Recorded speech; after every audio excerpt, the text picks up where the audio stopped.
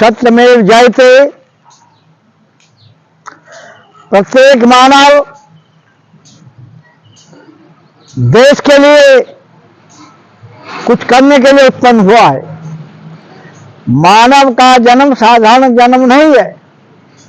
महाकवि तुलसीदास जी कहते हैं कि बड़े भाग्यवान सन पावा, सुर दुर्लभ सद्ग्रंथन पावा। मानव का जन्म देवताओं को भी दुर्लभ है, क्योंकि देवता कर्म नहीं कर सकते।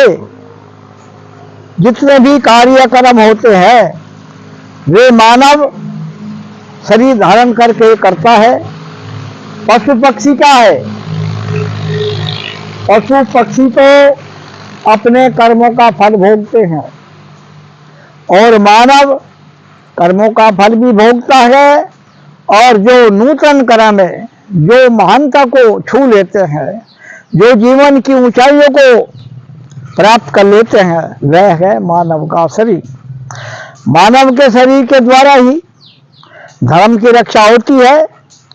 और इस शरीर की कितनी महानता है। जब जब भी महापुरुष आते हैं तो मानव का शरीर धारण करते हैं। दुष्टों का संहार, साधु सन्यासियों का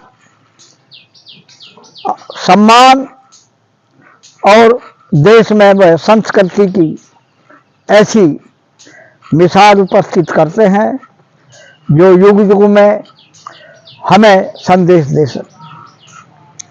तो भारतवासियों को अपनी मातृभूमि पर, अपनी संस्कृति पर कितना गौरव करना चाहिए।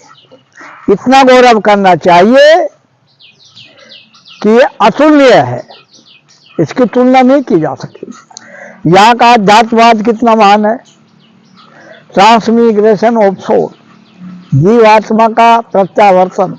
जीवात्मा अपने पाप पुण्य के अनुसार संसार में आती जाती है और शुभ कर्म करने के लिए ही मानव का शरीर, मोक्ष के लिए, स्वर्ग के लिए।